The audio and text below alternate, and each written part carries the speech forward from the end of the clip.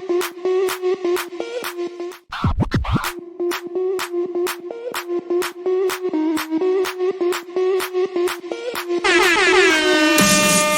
the alarm. I'm coming up. We'll have a ball. I'm sweet like a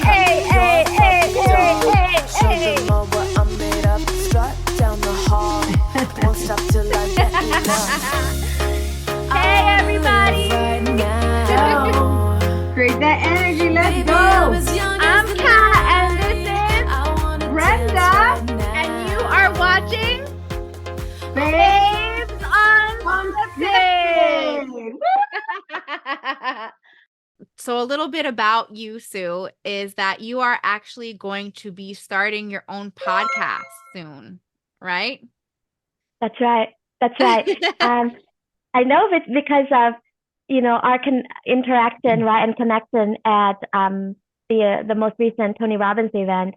I've always had that idea. I'm like, I would love to have a podcast someday. And I'm like, you know what? Someday is now, right?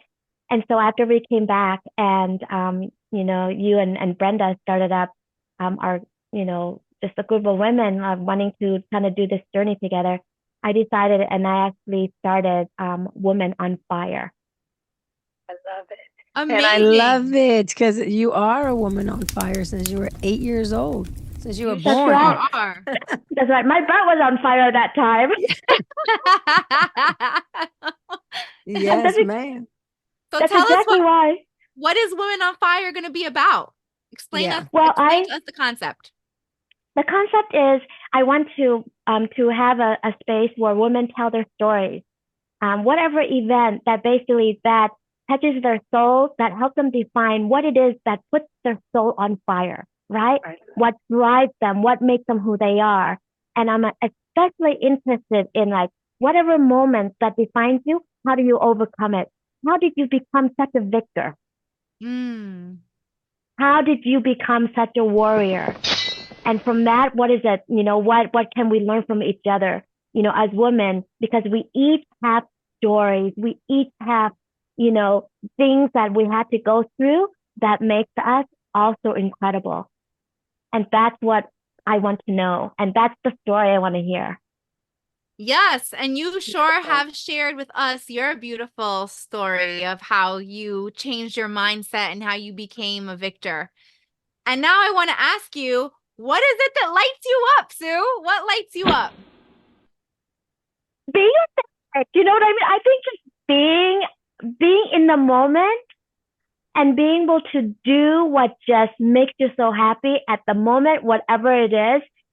And it's going to completely sound cheesy, Brenda and Kat, but I love being around women like you guys. People who are so positive, right? Because, the thing with being around positive people, when you have two energy coming, there's this almost all of a sudden a third energy comes. I think what it is I love being a creator. Not just any creator. I love knowing and curious about what I can create with another. People like you, Brenda, like you, Kat, that's what I'm about. I'm curious to see what is it together? What can we create? What can we change in this world? So that's what lights me up. That's beautiful. I love it. love that. Even for myself, I mean, that is, I feel the same, right? I'm big on women, empowering women. And I just have some big dreams about ways that I can make that happen. And I think that this group that we have and creating podcasts and rooting for each other and cheering each other on it's been an amazing experience so far. And I think that we attracted each other, right? Law of attraction. That's right. That's right. One of the Absolutely. things for me is, through the years, I really didn't have a lot of female friendships. I did have some, but it was usually a handful. Like I can count, right? Yeah. Who Yeah. I really close to. And, I used to have lunch all the time. I used to have like a leadership class during lunch because I didn't want to be around too many women, but it was more because it was probably the traumas or whatever it was that I had gone through and, the situation that was happening at home, I never had a like that good relationship with women. So, in my journey, my healing journey, that's one of the things that I'm like, I'm working through that where I want to connect with women and that's actually, like the wheel of life that Yep. Tony Robbins has to fill out, right? One of Mhm. them is, connection with women and just relationships with friends to strengthen that. And I love, just having all you ladies together like this. This is beautiful. It Me is too. beautiful. Yes, I Me too. agree. I am so eager to see. I am so envious that you guys are doing this and journeying it together. And I love the fact that it's like it's unscripted. It's like whatever, right? It's like whatever's important to us at that moment. Yeah. And it's it's fantastic. I have to admit, like I haven't come across like a podcast or raw conversations where women get to be and talking about whatever it is that is concerning for us, right? At Mhm. such a raw state. It can be anything and everything. And I am so happy and so thrilled that both of you are doing that and bringing that, to the surface. And so I can't wait. I can't Love wait. it. I love to hear that you haven't, found a podcast that, talks about or gives a space for women to talk about whatever issues, right? Because I think when we were discussing and brainstorming, a lot, especially in your 40s and 50s, and Yeah, we want to make sure we talk about those things, whatever it is that we're going through during that part of our life, right? So I love that. absolutely. Yeah, absolutely. Yeah, and even being the guiding light for other generations, the younger generations, because I feel like there's so many things that go untalked about, and if they were talked about more, you would know what to expect and also know just like you're normal, you're okay, right? Yeah, Okay, absolutely. I'm gonna say something about that. Okay. Mm. It's gonna be kind of weird, right? But this is unscripted. So our parents, my mother never shared anything with me. I'm talking about like from birth control to Mm. tampons. Like she Mine never neither. told me Mine jack. neither. Okay. It was Yeah. like they had to hide everything. I'm like, when I went into the military, I had to do PT, right? So, you had to exercise and I had my period. Now I know I always bring up my period because I think it's That's one of important. Brenda's favorite topics is her That's my period. favorite. I know, but it's just like it because it just came up. And I'm like, I remember like we were supposed to go to a pool and I was supposed to do like jump off this like 20 feet and go down there. We're supposed to do all this. And I'm like, oh my God, I got my period. What am I gonna do? And I see all the girls are going in there, grabbing tampons and putting them in. I didn't know how to do it. I was like, I didn't know how to put a freaking tampon. I'm 20 years old. I don't know how to put a tampon on. I see this, like my shipmates, we call them shipmates, right? Mhm. I said, hey, can you help me with how do you do this? She said, oh yeah, you got to do this, this, and this, and this. I'm like, oh, okay. You know what I mean? Like I had to Yes. have my like I don't remember if they had instruction, maybe they did, I don't remember, but all I know is I went in there and she instructed me how to do it, but like my mother wouldn't do it, I mean, she never talked about that You know what? because It was so taboo, right? It's one of those you don't virginity talk. and Yeah. virginity, right? Yeah. Ay, Oh Dios my mío. God. You're talking about tampons? I didn't know about birth control. The first time I had to talk about birth See? control, it was in hell. I had to go to Planned Parenthood. Thank God for Planned Parenthood. I know. I know. It's, yeah. So this is important to bring these topics up, you know what I mean, during this space. One of the things like with my daughter, my daughter's 18, and I talk to her about everything. I was like, you know what? I'm not gonna be like my mother. I love my mom. I love her very much. I respect her Yeah, yeah, because yeah. she was raised a certain way. But with my daughter, we talk about everything. Sometimes I need to be filtered. Look at that. TMI. She's like, I can't believe you're saying that, Ma. Yeah, TMI. TMI. Yeah. Yeah. No, I totally, even now, and I don't know, we were talking about, and this kind of brings the whole idea about community, right?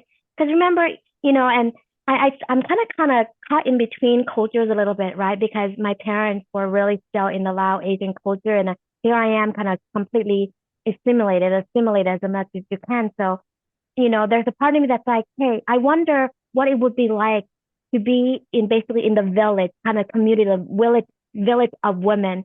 And so it makes me think, I'm like, wow, how much wisdom have I missed not having that here, right? Yeah. Because now, as I'm going into, the midlife kind of thing, I'm like, my body is doing all these things. I'm like, is What this is this? like, Oh, I was like, is this, I mean, can somebody tell me what's going on? What am I supposed to expect?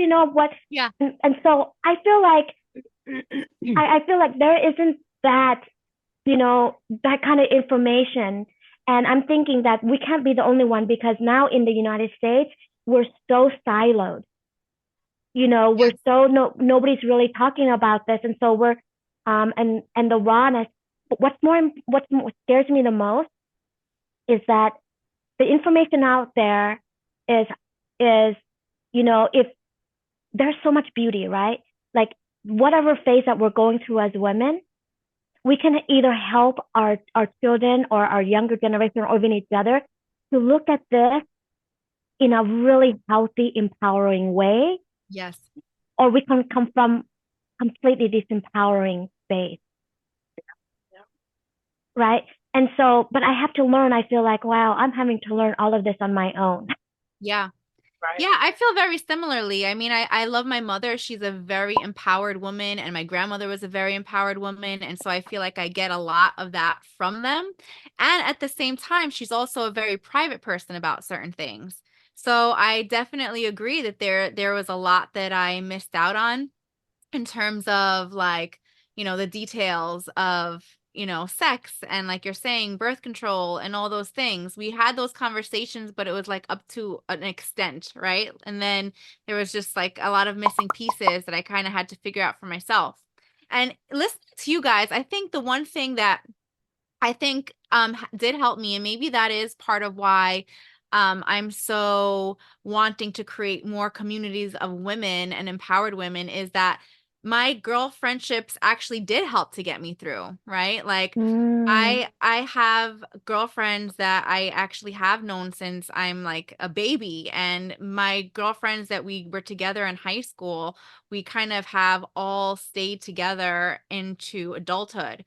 And we all, one thing that we had in common was we all had similar issues in the household. And now looking back, I'm thinking, that's really what got me through, was to have my girlfriends and for us to kind of go through those things together. And I guess that's why I'm such a girl's girl. And that's why I want to like create this community of women, because I feel like that's where I got a lot of my strength from, like having those girlfriends, right? That are that there's no jealousy, competition, just someone who truly like loves you and just wants you to like succeed and be your best self. So I'm super thankful for those, and I'm hoping that we can create that platform that even if you don't have that in your life, that we can be that for you if you're listening, right? You can listen to our podcast, you can read our books, you can take our courses, and that you can be a part of a community that we create moving forward. Absolutely. Right? Okay, Kat, I'm so envious because I'm more like Brenda. I didn't really have that. And I wonder how much of it is because of our trauma, right? Culturally, Brenda. And so, and envy in, I'm kind of saying it tongue in cheek because I want to learn from you. I want to learn from your experience, because I am sure part of that is because I was in such a survival mode, because all I could do when I came to the United States, all I could do was really focus on how to survive. All I could do was how do I even learn the language? And then once I learned the language, how do I even get through the school system? Because my parents certainly didn't know how to help me maneuver. So I was just like, keeping my eye on the road, can't divert. And so because of that, I feel like I don't have the skill set of how to cultivate good female friendship. And the one that I did make, the few that I made, because I'm sure there's all the other steps, I experienced a lot of betrayal. Mm. And I think part of it is because I didn't have that foundation. I didn't have the communication skills on how to be with other women. And so I think for me, that's my next learning is how do I be a good friend, and how do I feel, and just, okay, I'm going to be vulnerable. All right. Yes. Okay. I'm going to be completely vulnerable.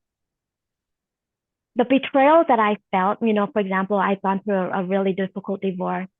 And the thing that hurt me the most out of my divorce was I was hanging out with two women at that time, family friends, and they wrote declarations wanting me to lose my children and telling me how I'm such a horrible mom.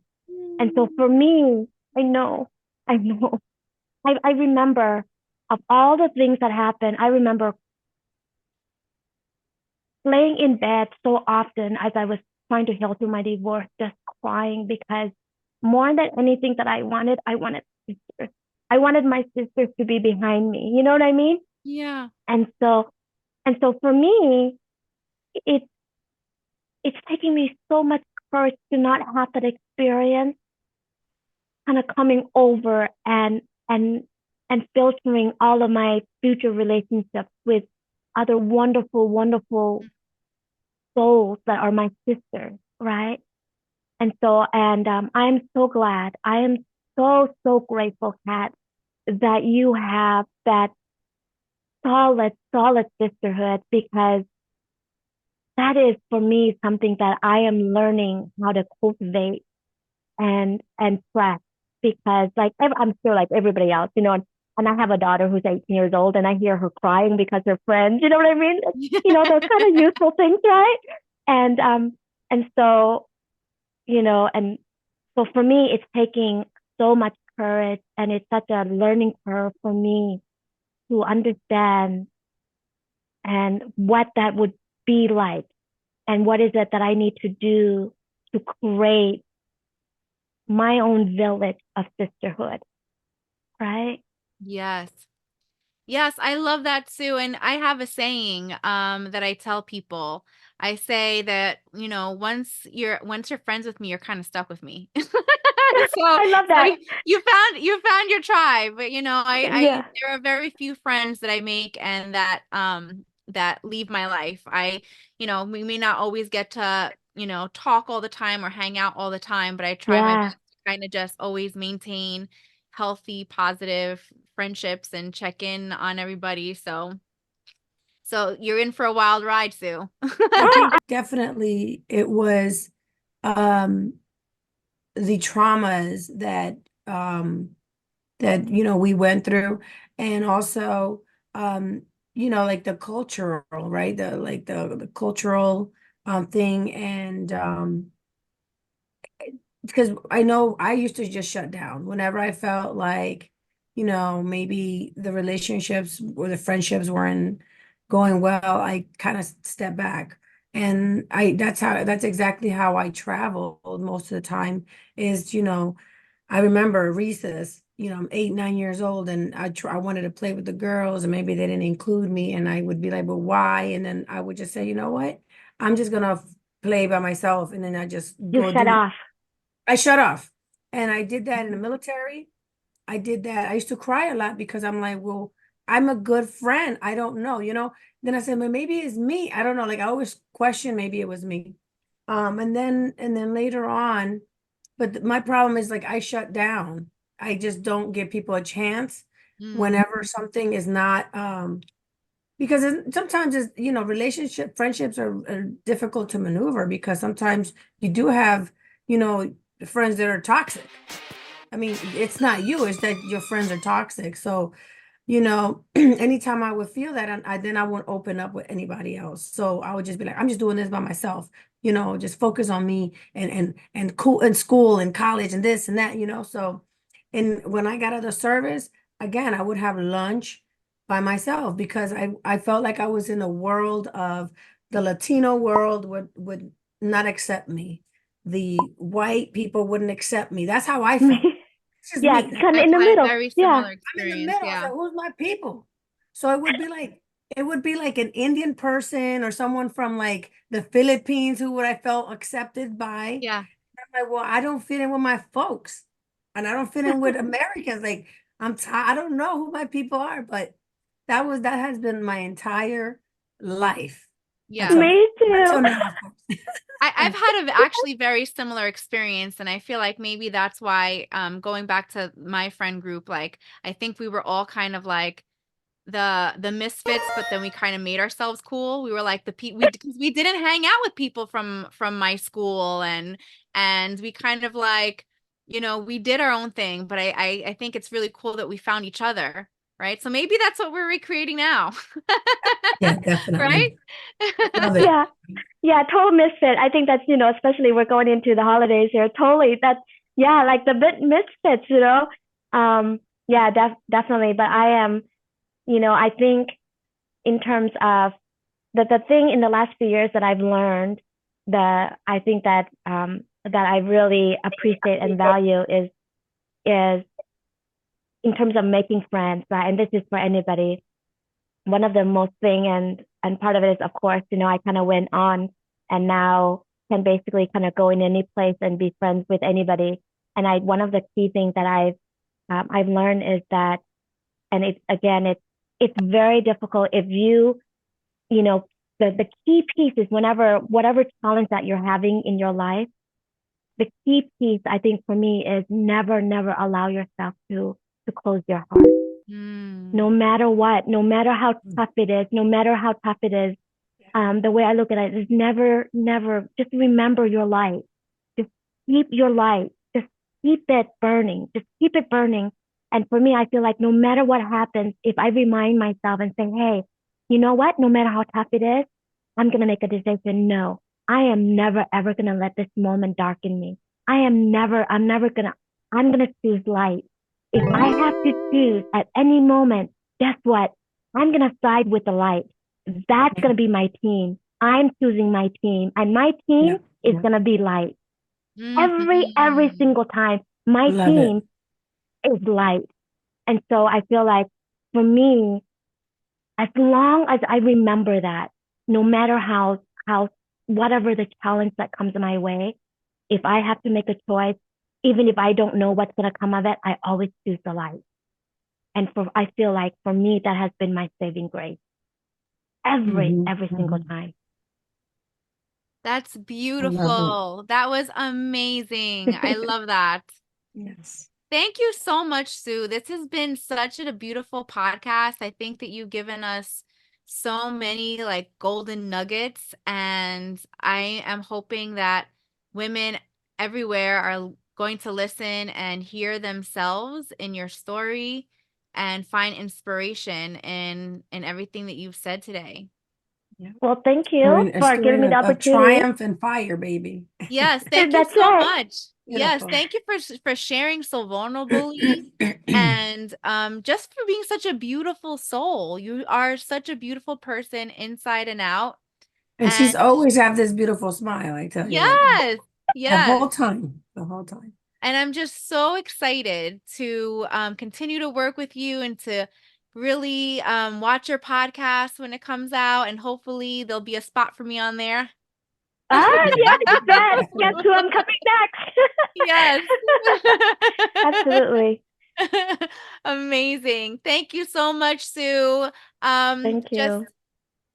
Thank you. This has been so beautiful. You know what, Kat and Brenda, you have been the unexpected gift in my life. I want you to know that. Like Okay, I was not expecting to meet you. And I feel like even though we have not met yet, like on Zoom a few times, I feel like I see you, I feel you. And so for this year, you are honestly my unexpected gift that Kat has been given to me. That's very sweet. That. Thank you so much. Thank you. Thank you so much. And listen, thank you for being vulnerable and sharing your story, because you know, sometimes sharing your story brings emotions that you don't want to tap into, but I think it's important because that's part of the healing process. When you can talk about it and then your nervous system no longer reacts to it, that knows that the healing has, has been done. So Absolutely. Absolutely. And for all those women out there and all those little girls listening to all the different aspects of our story, you're not alone. It's not you. There's nothing wrong with you. You're amazing. Tap into your light, tap into your courage, and become the victor and find what light you have, baby. yes. I want to scream. I want to scream so bad, but I can't. And ciao. Kat, you have a good voice. Go ahead. Yeah. All right. What a good ending. Yes. Wonderful job, ladies. I love it. Thank you for tuning in to Babes Unscripted. We hope you've enjoyed today's episode and found it both entertaining and insightful. If you want more unfiltered and unscripted conversations, be sure to like, share, and subscribe to our YouTube channel. Also, don't forget to hit that bell icon to get notified when we post new episodes. Remember, life is unscripted, and we're here to embrace every moment of it with you. Until next time, stay unfiltered, stay authentic, and stay fabulous. This is your host, Brenda Paz and Kat, signing off Babes Unscripted. Bye now.